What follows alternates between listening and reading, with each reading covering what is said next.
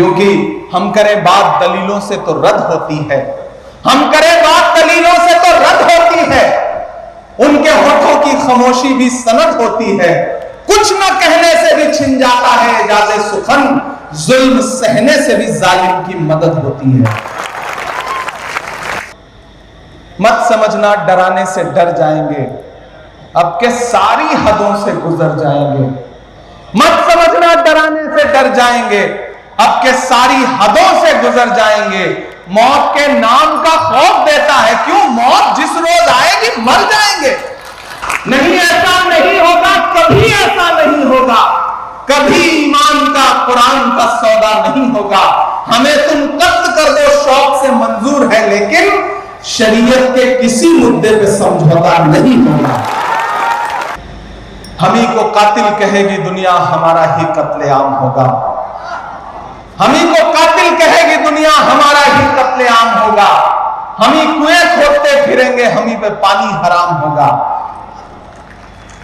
ये जो साजिशें हैं, इन्हें समझने की जरूरत है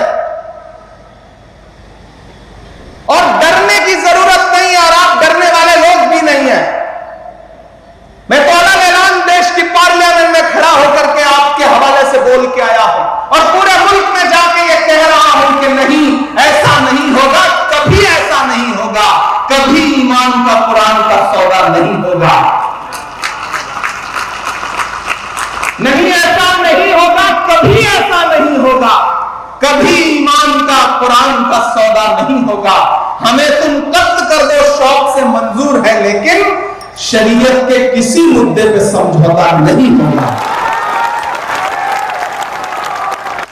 नहीं होगा। लेकिन एक बात मैं यहां खड़ा होकर कहना चाहता हूं, मुस्लिम पर्सनल लॉ कोर्ट के तमाम जिम्मेदारान बैठे हैं, हमारे तमाम सियासी साथी बैठे हैं, कि हुकूमतों ने आपको परेशान करने के लिए, आपको पामाल करने के लिए अपने तरीके बदल दिए हैं, अपने हथियार बदल दिए हैं, तो आपको भी लड़ाई के तरीके बदलने पड़ेंगे। आपको अपनी लड़ाई के तरीके बदलने पड़ेंगे, आपको अपनी भाषा बदलनी पड़ेगी। मैं बहुत जिम्मेदारी से यह बात कह रहा हूं, और यह बात इसलिए कह रहा हूं कि मैं रांची में खड़ा हूं। यह वह सरजमीन है जहां तकरीबन 3.5 साल मौलाना अबुल कलाम आजाद ने नजरबंद रह करके गुजारा है। इन आबो हवाओं में, इन फजाओं में मौलाना आजाद की खुशबू है, यहां उनके एहसास है। मैं इसलिए यहां खड़ा होकर के यह बात कह रहा हूं।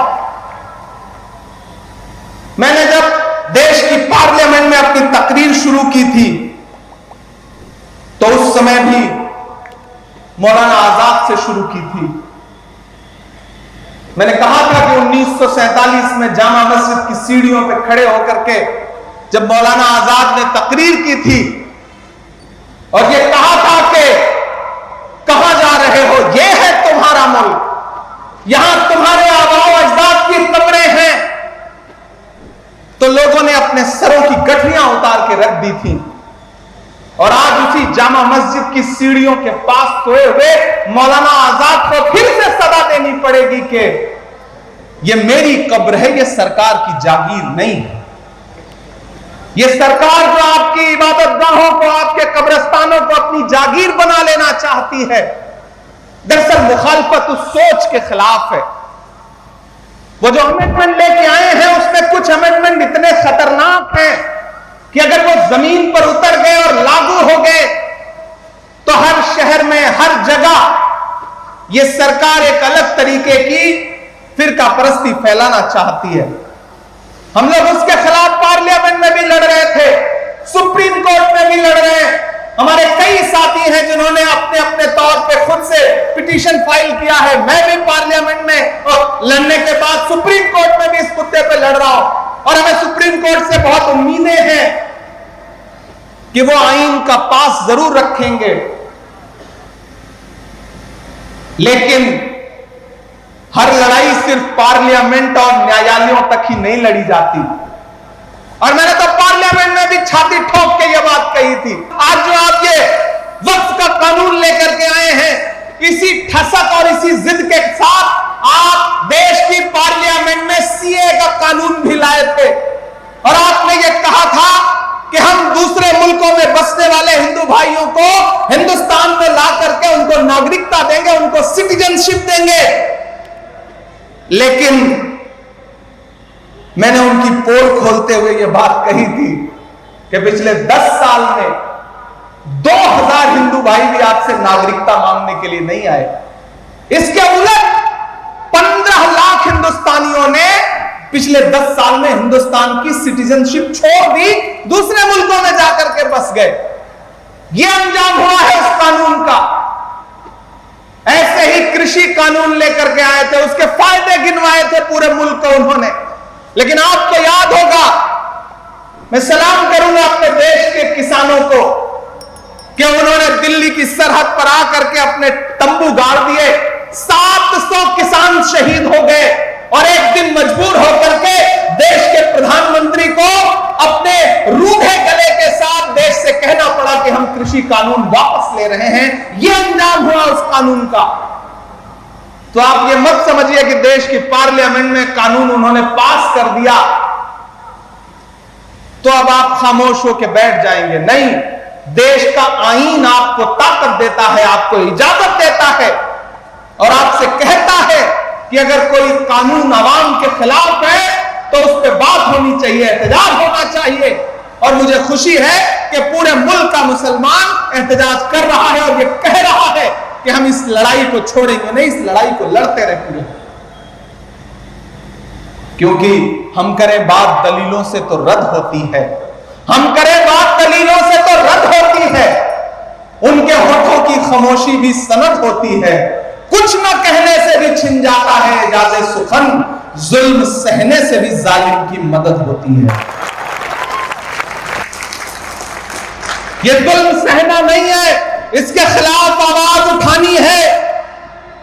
क्योंकि इसी जमीन में जो खुददारी बोई है मौलाना अबुल कलाम आजाद ने। मैं आज रास्ते में आ रहा था तो मैं दिल्ली के जामा मस्जिद में 1947 में उनका दिया गया भाषण, उनकी तकरीर पढ़ रहा था। तो मुझे लगा कि जब मैं वहां खड़ा होऊंगा तो मैं दोनों को कैसे एक दूसरे से कनेक्ट करूं। 1947 में दिल्ली की जामा मस्जिद की सीढ़ियों पे मौलाना आजाद की तकरीर, और 3.5 साल यहां नजरबंद रहते हुए उन्होंने जो सोचा, जो लिखा, शायद दोनों बहुत एक दूसरे से कनेक्ट करते हैं। और आज तो बारिश भी हुई है। उन्होंने उस वक्त कहा था तकरीर करते हुए कि अजीजों, अपने दिलों को मजबूत बनाओ, अपने दिलों को मजबूत बनाओ और अपने दिमागों में सोचने की आदत डालो। फिर देखो ये फैसले तुम्हारे लिए कितने फायदेमंद होंगे। ये देखो, मस्जिद के मिनारे तुमसे उचक उचक कर सवाल कर रहे हैं कि तुमने अपने तारीख के सफात को कहां गुम कर दिया है। अभी कल की ही बात है कि यही जमुना के किनारे तुम्हारे काफिलों ने वजू किया था और आज तुम हो कि यहां रहते हुए खौफ महसूस करते हो। अजीजों, अपने अंदर एक बुनियादी तब्दीली पैदा करो। तुम्हारा खौफ बेजा है। मुसलमान और बुजदिली एक जगह जमा नहीं हो सकता। सच्चे मुसलमान को कोई ताकत हिला नहीं सकती है, न कोई खौफ डरा सकता है। चंद इंसानी चेहरों के गायब हो जाने से डरो मत। अजीजों, तब्दीलियों के साथ चलो। यह ना कहो कि इसके लिए तैयार नहीं थे, बल्कि तैयार हो जाओ। सितारे टूट गए हैं लेकिन सूरज तो चमक रहा है, उससे किरण मांग लो और उन अंधेरी राहों में बिछा दो जहां उजालों की सख्त जरूरत है। मैं तुम्हें यह नहीं कहता कि तुम हाकिमाना इक्तिदार के मदरसे से वफादारी का सर्टिफिकेट हासिल करो। मैं कहता हूं कि जो उजले नक्शो निगार तुम्हें इस हिंदुस्तान में माजी की यादगार के तौर पर नजर आ रहे हैं, उन्हें तुम्हारा ही काफिला लाया था। उन्हें भुलाओ नहीं, उन्हें छोड़ो नहीं, उनके वारिस बनकर रहो। समझ लो, तुम भागने के लिए तैयार नहीं तो फिर कोई ताकत तुम्हें नहीं भगा सकती है। आओ अहद करो कि यह मुल्क हमारा है। आओ अहद करो कि यह मुल्क हमारा है। हम इसके लिए हैं और इसकी तकदीर के बुनियादी फैसले हमारी आवाज के बगैर अधूरे रहेंगे। आज जलजलों से डरते हो, कभी तुम खुद जलजला थे। आज अंधेरे से कांपते हो, क्या याद नहीं रहा कि तुम्हारा वजूद खुद में एक उजाला था? ये बादलों ने मैला पानी क्या बरसाया कि तुमने भीग जाने के डर से पायजामे ऊपर चढ़ा लिए? वो तुम्हारे ही इस्लाफ थे जो समुद्रों में उतर गए, पहाड़ों की छातियों को रौंद डाला, आंधियां आई तो उनसे कह दिया कि तुम्हारा रास्ता यह नहीं है। यह ईमान से भटकने की बात है कि शहंशाहों के गिरेबान से खेलने वाले आज खुद अपने गिरेबान से खेलने लगे हैं। अजीजों, मेरे पास कोई नया नुस्खा नहीं है, वही 1400 बरस पुराना नुस्खा है, वो नुस्खा जिसको कायनात का मोहसिन लेके आया था। ये वो तकरीर है जो 1947 में जामा मस्जिद की सीढ़ियों पे खड़े होकर मौलाना आजाद ने दी थी। मैं रांची में खड़ा था तो मुझे लगा कि इसे दोहराना जरूरी है। आप डरिए मत। एक लड़ाई पार्लियामेंट में, एक लड़ाई अदालत में, तो एक लड़ाई जमीन पर। आपकी इबादतगाहों के खिलाफ, आपकी दर्सगाहों के खिलाफ, आपके कब्रिस्तानों के खिलाफ कोई हाथ बढ़ता है तो आगे बढ़कर के उस पंजे से पंजा लड़ाओ और कहो कि हम इसके मुहाफिज हैं। हम अपने पुरखों की, अपने अजदाद की दान की हुई जमीनें, वक्त की हुई जमीनें लूटने नहीं देंगे। हुकूमत कह रही है कि वो पसमानदा के हुकूक के लिए इस वक्त में अलग से प्राविधान करेगी। मैंने तो पार्लियामेंट में भी कहा था कि बुनकरों के उद्योग को बर्बाद करने वाली ये सरकार, चाहे वो मालेगांव हो, चाहे भिवंडी हो, चाहे इचलकरंजी हो, चाहे बनारस हो, चाहे मऊ हो, चाहे मुबारकपुर हो, चाहे रांची हो, पूरे मुल्क में जो बुनकरों के हाथ में कारोबार था कि अपने हाथों के हुनर से वो लोगों के जिस्मों के लिए लिबास बनाते थे, उस पूरे रोजगार को बर्बाद कर दिया गया। मैं तो नरेंद्र मोदी जी से कहना चाहता हूं कि ये बुनकर जो है ये भी तो पसमानदा समाज से आते हैं। अगर आप पसमानदा समाज की भलाई चाहते हैं तो जो इनकी सब्सिडी थी उसको बहाल करिए। आप कहते हैं कि आप मुस्लिम बहनों के हुकूक के लिए कानून लेकर के आए हैं और वक्फ में आप मुस्लिम बहनों को हिस्सा देंगे। बदन में जो भी लहू है तेरी अमानत है, जहां जहां हो जरूरत वसूल कर लेना। हम सारे लोग किसी कुर्बानी से पीछे नहीं हटेंगे। समाज ने दिखाया कि जब पड़ोस के मुल्क ने हमारे मुल्क में दहशतगर्दी फैलाई तो बंगाल के झंटू अली शेख ने पहली शहादत दी पहलगाम अटैक के बाद। जब पड़ोसी मुल्क ये सोच रहा था कि हिंदुस्तान में नफरतें फैला करके वो हमारी एकजुटता को तोड़ने का काम करेगा, तो कर्नल सोफिया कुरैशी आगे निकल के आई और उसने पूरी दुनिया को बताया कि ऑपरेशन सिंदूर क्या था। जब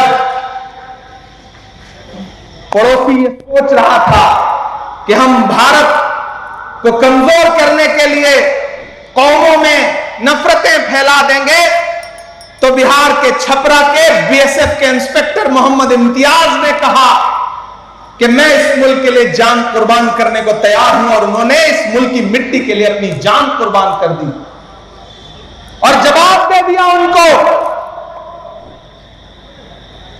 जिन्होंने कहा था कि पंचर बनाते हैं लोग। याद है वो जुमला? कहा था ना कि पंचर बनाते हैं लोग। लेकिन इस कौम ने बता दिया, इस समाज ने बता दिया कि नहीं साहब, हम सिर्फ पंचर नहीं बनाते हैं। मैंने तो एक शेर कहा उस दौरान कि ये किसने कह दिया तुमसे कि बस पंचर बनाते हैं? ये किसने कह दिया तुमसे कि बस पंचर बनाते हैं? वतन पे हंस के जो कट जाएं ऐसे सर बनाते हैं। वो चाहे ब्रिगेडियर उस्मान हो या वीर अब्दुल हमीद हो, जब भी आपको जरूरत पड़ी है हम 2 कदम आगे खड़े मिले, तो हम यहां से खड़े होकर इस सरकार से ये कहना भी चाहते हैं कि इतना जुल्म मत करिए। ये बड़े भोले भाले लोग हैं, खुदा ने इनके हाथों में हुनर दिया है, अपने हाथों के हुनर की बुनियाद पर अपने लिए दो रोजी और रोटी का जुगाड़ करते हैं, मेहनत करते हैं, कमाते हैं। इनको कम से कम सुकून से मस्जिदों में इबादत करने दीजिए, खानकाहों में बैठने दीजिए, दर्सगाहों में पढ़ने दीजिए और सुकून से कब्रों में सोने दीजिए। हमारी कब्रों पे बुलडोजर मत चलाइए। हम आपसे ये मुतालिबा करते हैं और हमें डराइए मत। मत समझना डराने से डर जाएंगे, अब के सारी हदों से गुजर जाएंगे। मत समझना डराने से डर जाएंगे, अब के सारी हदों से गुजर जाएंगे। मौत के नाम का खौफ देता है, क्यों? मौत जिस रोज आएगी मर जाएंगे।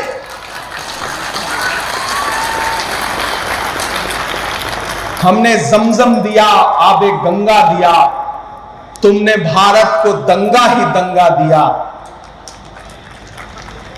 तुमने एक रंग के ख्वाब देखे मगर हमने हिंदुस्तान को तिरंगा दिया। ये तिरंगा बदन पर लपेटे हुए एक दिन इस जमीन में उतर जाएंगे। मत समझना डराने से डर जाएंगे। हुकूमतों को यह बात समझ लेनी चाहिए और वो समझ भी रहे हैं, ऐसा नहीं कि नहीं समझ रहे। ये वक्त अमेंडमेंट एक्ट पास होने के बाद जो मुल्क में कुछ बहुत सरप्राइजिंग हुआ है, कहीं ना कहीं ये इस बात का सबूत है कि वो समझ रहे हैं और चाहते हैं कि आपका जहन इससे हट जाए। लेकिन मैं मुस्लिम पर्सनल लॉ बोर्ड को सलाम करूंगा कि उन्होंने कहा है कि नहीं, हम जहन नहीं हटने देंगे, हम लगातार लोगों को बेदार करते रहेंगे और बेदार कर रहे हैं। कलम से और न स्याही से बात करना है, कलम से और न स्याही से बात करना है, वजीर से न सिपाही से बात करना है। हमारे बीच में दरबारियों को मत भेजो, हमें तो जिल्ले इलाही से बात करना है।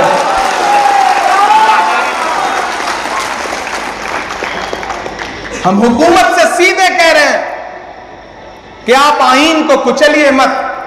डॉक्टर बाबा साहब अंबेडकर का लिखा हुआ है जो आईन है, ये जो संविधान है, उसका आर्टिकल 14 हो, आर्टिकल 26 हो, आर्टिकल 30 हो, वो इस मुल्क के हर शहरी को, हर नागरिक को यह इजाजत देता है कि वो जैसे चाहें वैसे पूजा कर सकते हैं, इबादत कर सकते हैं, अपने इबादत गाहें बना सकते हैं, अपने गुरुद्वारे बना सकते हैं, मंदिर बना सकते हैं, मस्जिद बना सकते हैं।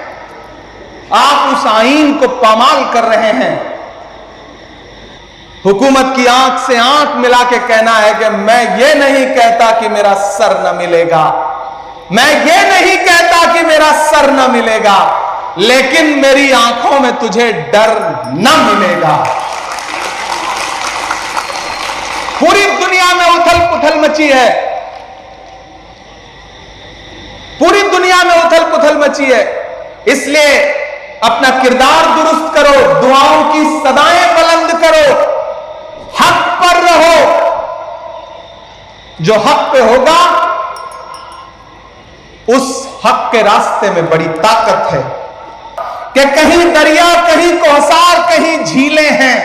मैं अभी यहीं बैठा था तो बड़ा जिक्र हुआ, हमारे चिश्ती साहब बोल रहे थे तो उन्होंने जिक्र किया। बैठे बैठे ये मिसरे हुए कि कहीं दरिया, कहीं कोहसार, कहीं झीलें हैं।